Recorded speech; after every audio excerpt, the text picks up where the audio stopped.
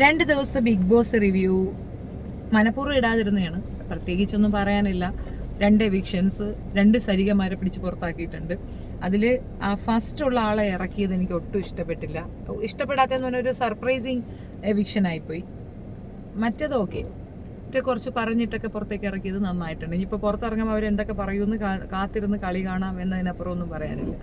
പക്ഷേ ഇതിനകത്ത് ലാസ്റ്റ് ഒരു പോർഷനിൽ സംഭവിച്ചത് ഒത്തിരി പേര് റിയാക്ട് ചെയ്ത് കണ്ടു. അതുകൊണ്ട് തന്നെയാണ് ഈ വിഷയം ഞാനൊന്ന് എടുക്കാമെന്ന് വെച്ചാൽ ആദില നൂറ വിഷയം.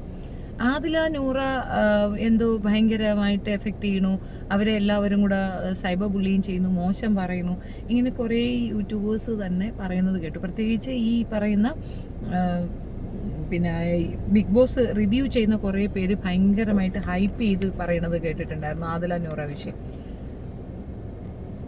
അവരവരുടെ വീട്ടിൽ വന്നാലേ അവരവർക്ക് അതിൻ്റെ വിഷമം മനസ്സിലാവുള്ളൂ. ആദില എന്ന് പറയുന്ന കുട്ടിക്കുള്ള പ്രോബ്ലത്തിന് നൂറയെ ഇരയാക്കപ്പെടുന്നു എന്നാണ് ഇതുവരെയുള്ള അവരുടെ ആറ്റിറ്റ്യൂഡിൽ നിന്ന് മനസ്സിലായിട്ടുള്ളത്. അപ്പം നൂറ വന്നിട്ട് പറയും ഇല്ല എനിക്കും അങ്ങനെയുണ്ട് എന്ന് പറഞ്ഞാൽ പോലും അങ്ങനെ ഒരു ആറ്റിറ്റ്യൂഡ് ആ കുട്ടിയുടെ കയ്യിലുള്ളതായിട്ട് എനിക്കിതുവരെ ഫീൽ ചെയ്തിട്ടില്ല.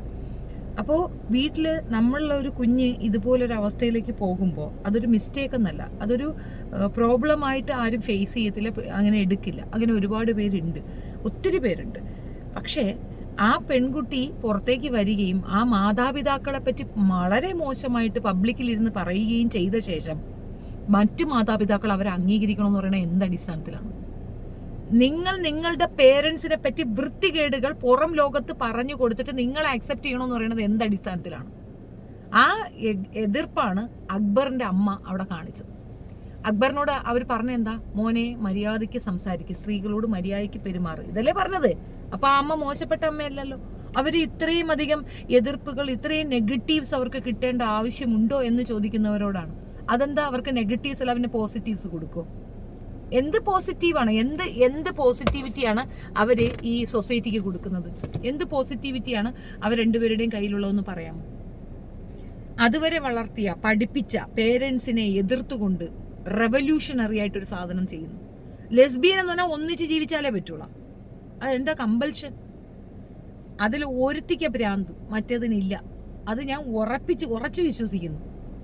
ഇത് മാത്രവുമല്ല, ആ കമ്മ്യൂണിറ്റിയിലുള്ള ഒരാളും അവർ അംഗീകരിക്കത്തില്ല. അവരതിൽ നിന്ന് ഇറങ്ങിയിട്ട് ആദ്യം പോയത് ആരിഫ് ഹുസൈൻ്റെ ഒപ്പമാണ്.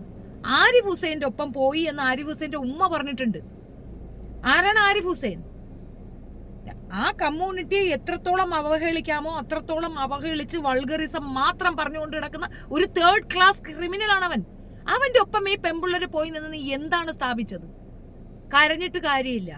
നിങ്ങളെ ഒരു കമ്മ്യൂണിറ്റി അക്സെപ്റ്റ് ചെയ്യണമെങ്കിൽ, അല്ലെങ്കിൽ അതിലുള്ള മനുഷ്യർ അക്സെപ്റ്റ് ചെയ്യണമെങ്കിൽ അറ്റ്ലീസ്റ്റ് അവരെ ആക്രമിക്കാതിരിക്കാനുള്ള ധാർമ്മികതയെങ്കിലും കാണിക്കണം.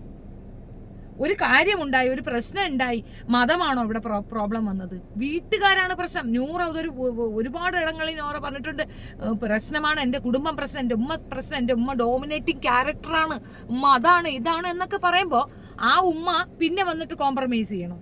ഭാഗ്യമാണ് സച്ച് ഇൻ കേസ് അവരുടെ പേരൻസ് അവിടെ വന്നാൽ. എൻ്റെ ഒരു ആഗ്രഹം എന്തെന്ന് പറഞ്ഞു കഴിഞ്ഞാൽ ഈ ഫാമിലി റൗണ്ട് വരുന്നതിന് മുമ്പ് ഇവരെ എവിക്റ്റ് ചെയ്യണമെന്നാണ്. രണ്ടിനെയും പിടിച്ച് പുറത്താക്കുകയാണ് നല്ലത്. പിന്നെ ആരൊക്കെ പറയണു super model, super character, super ഇത്, എന്ത് സൂപ്പറിറ്റിയാണ് നിങ്ങൾ ആ പിള്ളേർ കണ്ടത്? എന്താണ് അവരുടെ സൂപ്പർ സ്പെഷ്യാലിറ്റി? 2 പേർക്ക് കിട്ടേണ്ട സ്പേസിൽ പിന്നെ ഒരാൾക്ക് കിട്ടേണ്ട സ്പേസിൽ 2 പേര് വന്ന് നിന്നിട്ട് അവിടെ എന്താണ് അവർക്ക് കൊടുക്കുന്ന ഒരു പ്രിവിലേജ് എന്ന് മനസ്സിലാവുന്നില്ല. ഈ ബിഗ് ബോസ് എന്ന സീസണിൽ ഇത്തരക്കാരെ അക്സെപ്റ്റ് ചെയ്യാൻ വേണ്ടിയിട്ടാണ് ഇങ്ങനെയുള്ളവരെ കൊണ്ടുവരുന്നത് ഞാൻ കേട്ടിട്ടുണ്ട്. അക്സെപ്റ്റൻസ് ഉണ്ടാകില്ല. ഇപ്പം ജാസി ആഷി വിഷയത്തിൽ അതിൽ ഒരാൾക്കാണ് വട്ടെന്ന് തന്നെ ഞാൻ പറയും. നമുക്കൊരു പ്രോബ്ലം ഉണ്ടെങ്കിൽ അത് സൊസൈറ്റി ഒന്നും ബാധിക്കുന്നില്ല, ആർക്കും ഒരു പ്രശ്നം ഉണ്ടാക്കുന്നില്ല എങ്കിൽ നമ്മൾ ആ ചെയ്യുന്ന ഒരു പ്രോബ്ലം ആണോ എന്ന് ചോദിക്കുന്നുണ്ട് ഇവർ രണ്ടുപേരും. ഇവരെ വീട്ടുകാരെ ബാധിക്കുന്നില്ലേ? വീട്ടുകാരെന്ന് പറയുമ്പോൾ നിങ്ങൾ എന്താ അവളെ ഉമ്മായും മാപ്പായും മാത്രമാണെന്നാ? ആ പെണ്ണിന് ഇളയത്തുങ്ങൾ 2 പെൺകുട്ടികളാ, അതിന്റെ ഇളയതൊരാണാണ്. ആ കുട്ടികളുടെ മാരേജ്, അതിന്റെ ലൈഫ് ഫുൾ അത് ബാധിക്കപ്പെടും. എന്തെങ്കിലും രീതിയിലൊരു പ്രോബ്ലം പോലും അതിന് പിന്നെ സൊസൈറ്റിയിലോ അല്ലെങ്കിൽ കുടുംബക്കാരോട് പോലും പറയാനൊക്കത്തില്ല. അപ്പൊ ചേട്ടത്തിയെ പോലെ ലെസ്ബിയൻ ആണോ എന്ന് ചോദ്യം വരും. നല്ലൊരു സൗഹൃദം പങ്കിടാനൊക്കത്തില്ല. ഇത് എത്ര പേരെ ബാധിച്ചു എന്ന് വല്ല ബോധമുള്ളവരാണോ ഇരുന്നുകൊണ്ട് വായ്ത്താളം പറയണം? നിങ്ങൾ നവോത്ഥാനമൊക്കെ പറയുന്നതൊക്കെ കൊള്ളാം, പക്ഷെ അത് കുറച്ചുകൂടെ 2 സൈഡും കൂടെ കണ്ടിട്ട് വേണം ഈ നവോത്ഥാനിക്കാൻ. അല്ലാതെ ഇത് പറയുന്നത് ഉൾക്കൊള്ളാൻ ബുദ്ധിമുട്ട്. ബേസിക്കലി ഞാൻ പറയുന്നുണ്ട്, ഇപ്പം നമ്മുടെ കുടുംബത്തിലും ഇതുപോലെ ക്യാരക്ടറുള്ള ആൾക്കാരുണ്ട്. അതുകൊണ്ട് ഉടനെ അവർ പോയി അതേപോലെ ഒരു ഗേ സെക്ഷലിനെ കൊണ്ടുവന്ന് കൂടെ താമസിപ്പിക്കണം എന്ന് പറഞ്ഞു കഴിഞ്ഞാൽ എന്ത് അടിസ്ഥാനാണത്? ഇനി അങ്ങനെയാണെങ്കിൽ തന്നെ മറ്റുള്ളവർക്ക് ശല്യം ഉണ്ടാക്കാതിരിക്കാൻ നിങ്ങൾ ശ്രദ്ധിക്കുകയാണെങ്കിൽ ഇത് പബ്ലിഷ് ചെയ്യത്തില്ല. അല്ലെങ്കിൽ ഈ പബ്ലിസിറ്റിയുടെ ബേസ് ചെയ്തിട്ട് നിങ്ങൾ ആ കുടുംബക്കാരെ വീണ്ടും വീണ്ടും അപമാനിക്കത്തില്ല. ഈ മകളുടെ വീട്ടുകാർ അനുഭവിക്കുന്ന അപമാനത്തിനെ പറ്റി നിങ്ങൾക്ക് വല്ല ബോധ്യമുണ്ടോ? ലെസ്ബിയൻ എന്ന് പറയുന്ന ഒരു ക്യാരക്ടറിനെ അവർ അംഗീകരിക്കുകയോ അംഗീകരിക്കാതിരിക്കുന്നോ ഒക്കെ സെക്കൻഡറിയാണ്. ആ കുടുംബത്തിൽ നിന്ന് അവർക്ക് ഇത്രയും മോശം അനുഭവം ഉണ്ടായി, അവർ ഇത്രയും ചെയ്തു.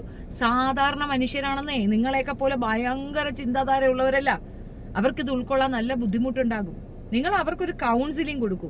അല്ലെങ്കിൽ എൻ്റെ ഉമ്മാക്കും വാപ്പാക്കും വേണ്ടിയിട്ട് ഒരു കൗൺസിലിംഗ് ഏർപ്പാട് ചെയ്യൂ, ഞങ്ങളെ ഒന്ന് സഹായിക്കൂ, ഞങ്ങളെ പേരൻസ് ഞങ്ങളെ ഇങ്ങനെ പറയുന്നു. അങ്ങനെയല്ലല്ലോ അവർ പറയണത്. മഹാ കുഴപ്പമെന്നല്ലേ പറയണത്. ഞാനൊരു മദറാണ്. മറ്റൊരു കുട്ടി ഇരുന്നു കൊണ്ട് സ്വന്തം അമ്മയെ പറഞ്ഞാൽ ആ കുട്ടിയോടാണ് എനിക്ക് വെറുപ്പ് വരിക. കാരണം ഞാനും ഒരു മദറാണ്, എനിക്കത് മനസ്സിലാകും. എന്തുകൊണ്ടാണ് സജിത സാജിയെ എതിർക്കുന്നത്? അവളുടെ അമ്മയെ പറയുന്നതുകൊണ്ടാണ്. നമ്മളെ പ്രസവിച്ച അമ്മമാർ ചില മിസ്റ്റേക്കുകൾ നമ്മൾ കാണുമ്പോൾ പറയും. നമ്മളിലുള്ള മിസ്റ്റേക്കല്ലേ അവർ കാണിക്കുന്നത്. അത് മനസ്സിലാക്കി അത് തിരുത്താനാണ് നമ്മൾ ശ്രമിക്കേണ്ടത്. നമുക്കത് മനസ്സിലായി വരുമ്പോൾ ഒരുപാട് വൈകിപ്പോകും. ആദില നൂറയെ ഭയങ്കരമായിട്ട് ബൂസ്റ്റാക്കി കാണിക്കുന്നവരോട് പറയാനുള്ളത്, നിങ്ങളുടെ സ്വന്തം കുടുംബത്തിൽ ഇതുപോലെ അനുഭവം വന്നാലേ നിങ്ങൾക്കത് മനസ്സിലാവും. കരയട്ടെ, അവർക്ക് മനസ്സിലാകട്ടെ സൊസൈറ്റി അവരെങ്ങനെയാണ് ഉൾക്കൊള്ളുന്നതെന്ന്. മറ്റുള്ളവരുടെ ഇപ്പം അക്ബറിന്റെ ഉമ്മ അടുത്ത് അംഗീകരിക്കാൻ പറയാൻ പറ്റുമോ? രണ്ടും കൂടെ ഇരുന്ന് പറയുന്ന ഒരു കാര്യമുണ്ട്. അത് പിന്നെ ഞങ്ങൾ ഇങ്ങനെയാണ്, നമ്മൾക്കൊപ്പം നിന്ന ഒരു വ്യക്തി ഇങ്ങനെ നമ്മളെ അംഗീകരിച്ചില്ല, അപ്പം അത് എങ്ങനെയാണ്, ഇങ്ങനെ കുറേ കാര്യങ്ങൾ അവർ ഒരു ഇത് കൺഫ്യൂഷനിൽ പറയുന്നത്. ബേബി അമ്മക്കത് സംസാരിക്കാൻ ചെന്ന് കയറാൻ പറയണ അക്ബറിൻ്റെ അടുത്ത്. അവൻ പുറത്ത് നിന്ന് ഇത് കണ്ട് കമ്മ്യൂണിക്കേറ്റ് ചെയ്ത ശേഷമാണ് അകത്തു തന്നെ. അക്ബറിനൊരു കുഞ്ഞുണ്ടായാൽ ആ കുട്ടിക്ക് ഈ ഒരു അവസ്ഥ വന്നാൽ അത് ഹാൻഡിൽ ചെയ്യുന്ന രീതി അവന് മനസ്സിലാക്കി കൊടുക്കുക എന്നതിനപ്പുറം ഈ ഒരു കാര്യം അംഗീകരിക്കാൻ പറയരുത്. ഇവിടെ 90% വരുന്ന മനുഷ്യരൊക്കെ തന്നെ പഴമ ചിന്താഗതിക്കാർ തന്നെയാണ്. അവർ ഇനി നിങ്ങളൊരു 100 വർഷം മുമ്പോട്ടുള്ള ഈ മൈത്രേയൻ ലെവലിലുള്ള ചിന്താധാരയൊന്നും എല്ലാവർക്കും വരണോ നമ്മൾ ശാഠ്യം പിടിക്കരുത്. ഓരോരുത്തർക്കും ഓരോരുത്തരുടെ രീതി ഉണ്ടാകും. അവർക്ക് ഇങ്ങനെ ചിന്തിക്കാനായിരിക്കും താല്പര്യമെങ്കിൽ അവരങ്ങനെ ചിന്തിച്ചോട്ടനെ. അതൊരു ബുദ്ധിമുട്ടായിട്ട് വയ്ക്കുന്നത് എന്തിനാണ്? അതെന്തിനാണ് അവനാവശ്യമായിട്ട് അവരിങ്ങനെ ചിന്തിക്കണം എന്നുള്ള ഒരു സ്റ്റേറ്റ്മെന്റ് നിങ്ങൾ പറയുന്നത്? ഇവരാരും അടിക്കാനൊന്നും പറ്റില്ല. അവരുമായിട്ട് അധികം അടുക്കാനും കൂടുതൽ ഇടപഴകാനും പോകണ്ട എന്ന് പറഞ്ഞാൽ എന്താ കുറ്റം ഇരിക്കുന്നത്? അവരുടെ മകനോട് അവർക്ക് പറയാൻ സാധിക്കുന്ന കാര്യം. അപ്പൊ ചീത്ത വിളിക്കേണ്ടെന്ന് പറഞ്ഞപ്പോൾ നിങ്ങൾക്ക് ഇഷ്ടപ്പെട്ടോ? ചാടി കടിക്കരുത്, പെണ്ണുങ്ങളെ അടിക്കാൻ കയറരുത് എന്ന് പറയുന്നത് നിങ്ങൾക്ക് ഇഷ്ടപ്പെട്ടില്ലേ? അതുപോലെ അവർക്ക് ഇഷ്ടമില്ലാത്തൊരു കാര്യം അവരുടെ മകനോട് അവർ പറഞ്ഞാൽ എന്താ? അത് പബ്ലിഷ് ചെയ്തിട്ടില്ല. ഇവർ തമ്മിലിരുന്ന് കരഞ്ഞ് സംസാരിക്കുന്ന കരഞ്ഞ ഒരു ടോപ്പിക് ആയതുകൊണ്ട് മാത്രം പിന്നെ ബിഗ് ബോസ് അത് ഇത് എടുത്തു എന്നതിനപ്പുറം ഇതൊരു വാലിഡ് കണ്ടന്റ് പോലുമല്ല. ആദില നൂറയ്ക്ക് സിമ്പതിയാണ് വേണ്ടതെന്നുണ്ടെങ്കിൽ ആ മാതിരി അവർ ബിഹേവ് ചെയ്യണം. അവർ ഔട്ട്സൈഡ് അവർ അങ്ങനെ ബിഹേവ് ചെയ്തിട്ടേ ഇല്ല. അവരെ നിങ്ങൾക്ക് ഒരു പക്ഷേ ഈ പറയുന്ന ക്യാരക്ടർ രണ്ടുപേരും ഒത്തിരി ഫേവർ ചെയ്യുന്നവരായിരിക്കും. കാരണം ഒരു വിഭാഗത്തിനെ അടിക്കാൻ നിങ്ങൾക്ക് ഏറ്റവും കൂടുതൽ ഉപയോഗിക്കാൻ പറ്റിയ 2 വ്യക്തികൾ തന്നെയാണ് അവർ. പക്ഷേ ആ കമ്മ്യൂണിറ്റി അപമാനിക്കാൻ പറ്റാവുന്നത് അത്രയും ഈ 2 ചെയ്തിട്ടുണ്ട്. അപ്പോൾ അത് തീവ്ര വിശ്വാസികളായവർ ഈ പറയുന്ന വ്യക്തികളെ ഒരു കാരണവശാലും എടുക്കത്തില്ല.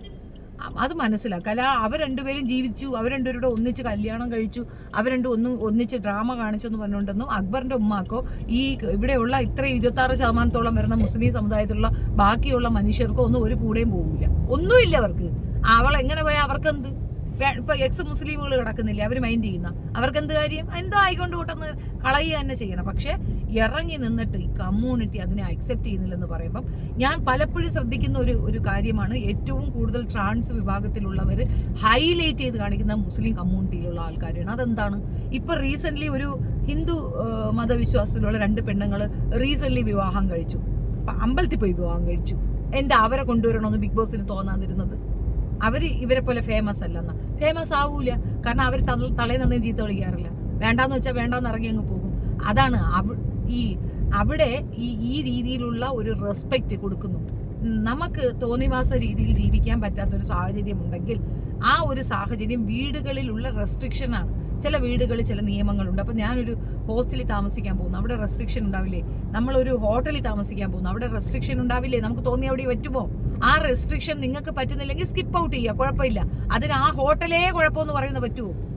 അതുപോലെ ഉള്ളൂ ഇത്. ഒരു കുടുംബത്തിൽ ജീവിക്കുമ്പം കുടുംബത്തിലെ ബാക്കിയുള്ള അംഗങ്ങൾക്ക് നാണക്കേട് ഉണ്ടാകാത്ത തരത്തിൽ നമ്മൾ ജീവിക്കേണ്ട ഒരു അനിവാര്യ ഘട്ടമുണ്ട്. ഇപ്പോൾ നമ്മളിപ്പോൾ ബാംഗ്ലൂരോ അല്ലെങ്കിൽ കുറച്ച് നല്ല മെട്രോ സിറ്റികളിലൊക്കെ പോയി കഴിഞ്ഞാൽ രാത്രി 12 മണിക്കോ 3 മണിക്കോ ഒക്കെ പുറത്തിറങ്ങി പോകും, അരനിക്കറിട്ടുകൊണ്ട് നടക്കും. നമുക്ക് തോന്നി കണക്ക് നമ്മൾ കാണിക്കും. നമ്മൾ ഗ്രാമപ്രദേശങ്ങളിൽ ചെന്നിട്ട് ഈ ഭ്രാന്ത് കാണിച്ചാൽ നമ്മളെ പക്ക മറ്റേതെന്ന് പറയും. നമ്മളതായിട്ടാണ്. ഫ്രീഡം എന്നല്ല അതിന് പറയുക മറ്റേ തരമെന്ന് പറയും. അത് എന്തിനാ അത് കേൾക്കാൻ പോകുന്നേ? ഇപ്പൊ ഞാൻ ഒരു തെറ്റ് ചെയ്താൽ എന്നെ ചുറ്റിയുള്ള എൻ്റെ കുഞ്ഞുങ്ങൾ ഉൾപ്പെടെ എൻ്റെ വീട്ടുകാരുൾപ്പെടെ ബാധിക്കപ്പെടും. എല്ലാം പറയും കണ്ടോ വളർത്തു ദോഷം. അതുപോലെ എൻ്റെ മകനായാലും എൻ്റെ ഹസ്ബൻഡ് ആയിരുന്നു, അവരോടൊക്കെ കണ്ടോ അവർക്ക് കൺട്രോൾ ചെയ്യാൻ പറ്റുന്നില്ല. ഇമാതിരി അവരും കേൾക്കേണ്ടി വരും. നമ്മളൊരു വ്യക്തിയായിട്ട് മാത്രം നിൽക്കുകയാണെങ്കിൽ ഒരു പ്രശ്നമില്ല. നമ്മളൊരു കുടുംബം ബേസ് ചെയ്ത് നിൽക്കുകയാണെങ്കിൽ നമുക്ക് ഇതൊക്കെ ഫേസ് ചെയ്യേണ്ടി വരും. അപ്പം നമ്മൾ അതിനെ കൺട്രോൾ ചെയ്യണം.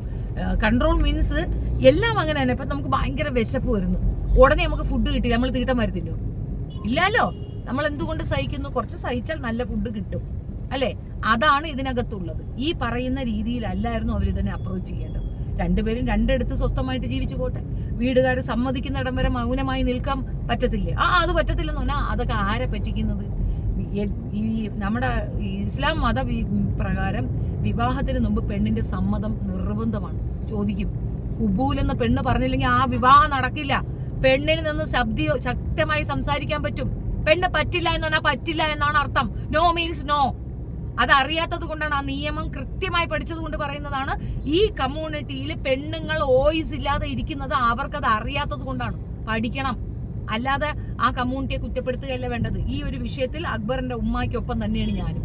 കറക്റ്റാണ് അവർ പറഞ്ഞത്. അനുഭവിക്കട്ടെ, മനസ്സിലാക്കട്ടെ. മറ്റുള്ളവർ നിങ്ങളെ അംഗീകരിക്കുന്നുണ്ട്.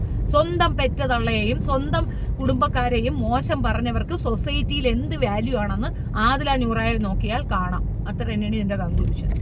തെറി വിളിക്കാൻ ഞാൻ തിരിച്ചു തരും കേട്ടോ. ഈ ഒരു വിഷയത്തിൽ ഞാൻ ഭ്രാന്ത് കയറിയിരിക്കുക.